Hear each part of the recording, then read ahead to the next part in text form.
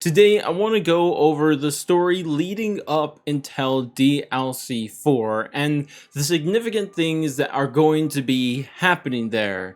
And the main things we are going to be following are two different characters, and of course, the two main, groups being Requiem and also Omega. Now, we're not going to go over each and every detail about any of these things. We're just going to go over the significant things about all of these things I've just mentioned. But with all of that said, I think it's about time we jump into this. To really see where all of this starts, it brings us back all the way to the very launch of the game, where we hear about the Stranger. And the Stranger at first never talked to us. Instead, they left us documents that were all marked day and then some number after there, representing how long this person had been trapped in the Dark Aether. And we learn a few things about this person, that they've been trying to survive among all of the crazy things that have been happening in there, and then also how they kind of knew how to do certain things and able to build different things that were helpful to him and then somehow made their way to us. An example of this is the Trials machine. This was a thing that he built in order to communicate with people outside the Dark Aether. But as we hear of his story, we hear more and more about the Dark Aether. And one of the significant things about the Dark Aether we hear of from him is that at first the Dark Aether had more of local control over different areas of the Dark Aether. There wasn't anything that had an overwhelming control of it.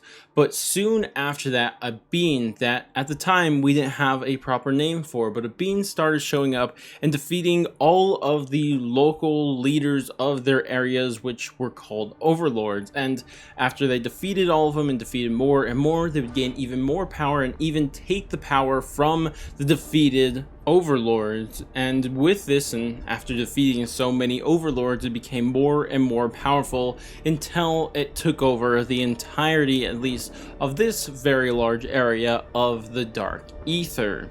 But coming back to the Stranger, this is actually when we learn more about this person, because what we actually learn from the Stranger himself, when he first talks to us directly instead of just leaving documents, he reveals his identity, and it turns out he is Casimir Zykov. And this is someone we saw very early in the zombie storyline. In fact, it was that first story video that led up to the events of Die Maschine.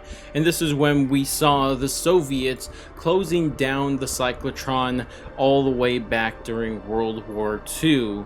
And the one who was sent to close off the cyclotron was none other than Zykov. But when he successfully did shut down the cyclotron and close off the connection between this world and the Dark Aether, somehow he got absorbed and entered into the Dark Aether itself, and ever since then had been trapped there. And this is when he tells us more about this being that has been taking over and gaining more and more power in the Dark Aether, that we now know as the Forsaken. And he says that this being, the Forsaken, has not sated his taste for conquering, and he has his eyes set no longer on the Dark Aether, but the regular world. And this is where we see the Forsaken try in multiple different ways and using multiple different people to enter into the regular world from the Dark Aether to continue his conquest.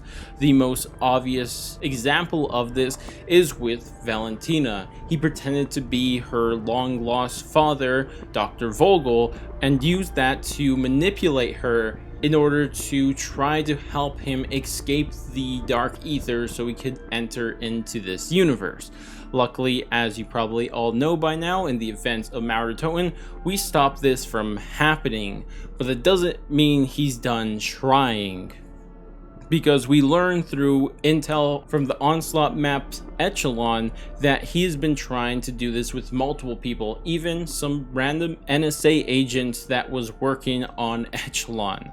And that catches us up with those two characters, the Forsaken and Zykov. Now, there's two other entities that are going to play a role in DLC 4, this, of course, being Omega and Requiem, but I'm not really going to go over their history because I trust that at this point most people get the idea of these two organizations. Requiem is ran by the US and maybe has a nefarious leader being the director, and then there's Omega, who is ran by the Soviets, who also has a nefarious leader with Kravchenko trying to do different things. The difference is between the two is that we know what Kravchenko wants to do, whereas the director, we don't know exactly what he's trying to do, so maybe it makes it even more nefarious, the Requiem organization that is. Now that we have an understanding of the four main entities that are going to play a role inside DLC 4, let's get into how they are going to play a role in DLC 4. Because, as I mentioned, there's Zykov. Zykov has been trapped in the Dark Aether for a very, very long time now. And because of that, one of the first things that he had mentioned to anybody in the radios was if we could help bring him home, because he's just been trapped there for so long and he just wants to go home. And this is exactly the setup for DLC 4, because Zykov has not only been communicating with us, Requiem Strike Team, but he has also been communicating with Omega, more specifically Dr. Peck. And we recently learned about this in a radio between Zykov and Peck, where at this point we heard that he hasn't just recently been starting talking to Peck, but he's been talking to Peck for a while now. And in fact, he was the one behind the inversion rockets inside of the first Outbreak main Easter egg. But now, he's now helping Peck build, instead of those inversion rockets, something that currently we only know as the machine. Now, what this machine seems to be used for is to help Zykov escape the Dark Aether. And of course, there is a reason why Omega wants to do this. It's because Zykov has been telling us about the Forsaken in the Dark Aether, and especially after the events of Mauer Toten, we know just how dangerous the Forsaken really is. And because of this, both sides want to stop the Forsaken, whether you're Requiem or Omega. And this is exactly why Omega in this instance is trying to help Zykov escape the Dark Aether, because one thing Zykov has been saying and has proven himself to be very knowledgeable in is the Dark Aether and maybe how to stop certain things. And this is exactly what he's been telling everybody, that we need to help him escape the Dark Aether, for then we could help him fight and defeat the Forsaken and stop it from ever entering the regular world from the Dark Aether. And to Zykov, it doesn't matter if it is Requiem or Omega who pulls him out and helps him defeat the Forsaken. All he says he wants is to defeat the Forsaken, and it doesn't matter whose side he does it on. But at this point in the story, it seems that Omega is much further ahead in helping Zykov escape the Dark Aether with a brand new operation called Operastia Izbabatel, which is, as I mentioned, where Zykov is telling Peck how to build this machine to help him escape the Dark Aether. And with Operastia Izbabatel, we learn about where DLC 4 is going to be taking place. In a recent document from Omega, we hear from Peck that there's only one place they are able to build the machine, and where that is in none other than test site Anna. Now, where this is, people will tell you it's Ukraine, but I'm fairly certain it is actually in Russia, because very close to where the map that Peck gave us, there is a place literally called Anna in Russia, but at this point it's a little disputed exactly where it is. And here at test site Anna is where the machine is going to be built, and Omega is planning to free Zykov. But we actually learn that there's a little bit more to this plan that Omega's been brewing without Zykov's knowledge, because in some radios they do plan to pull Zykov out of the Dark Aether, and they do plan to work alongside with him to defeat the Forsaken. But that's not it, because Zykov, at least what we know, just wants to defeat the Forsaken and protect this world. Whereas Omega, on the other hand, not only wants to defeat the Forsaken, but capture it.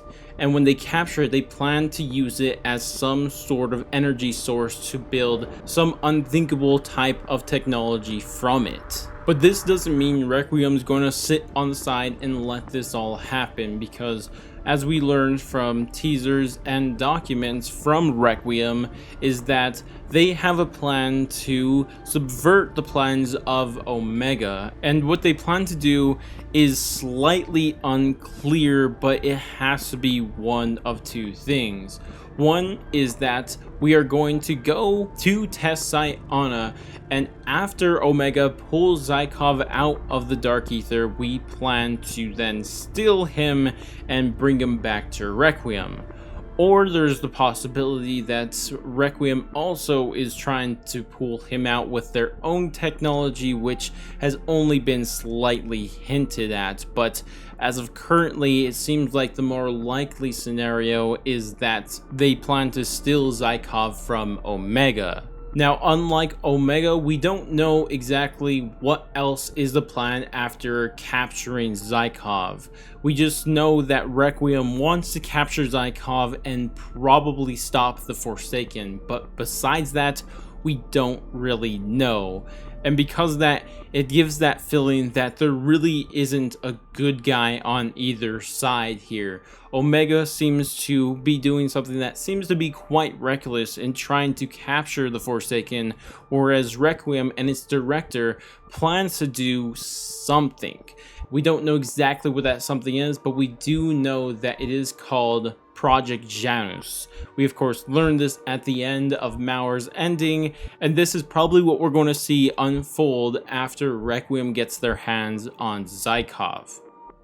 But that's about it for this video, and hopefully this video was informative about the Dark Aether storyline, because we really are heading to the climax of this entire, I guess, season arc. I don't really know what to really call it, of this story. And I imagine after this, it's going to have some huge implications going forward that are probably going to affect Vanguard Zombies, which we know is being led by Treyarch. But personally, I think that it's probably going to affect the next Treyarch story after that, in Treyarch's next game, whatever it may be, because we do know that Vanguard is a prequel, so it's hard to affect things in the past that happen in the future, but who knows, there may be some time travel stuff be going on there, so we're going to have to wait and see about that. But regardless, I'm excited to see how this story finally unfolds, because this is the first time that we had a full season of this Dark Aether story, and I just want to see the climax for it. But I'd also love to hear your guys' thoughts on anything in the story, and one thing I would especially love to hear are theories for what you guys think is going to happen in DLC 4 throughout that story. But that's about it for me. If you guys did enjoy the video and you found it entertaining or informative in any way, shape, and form, then definitely do all the normal YouTube stuff, like, subscribe, bell, share, and all that great stuff. But I'm gonna go, and I'll catch you guys in the stream, video, or whatever the heck it may be, and laters, guys.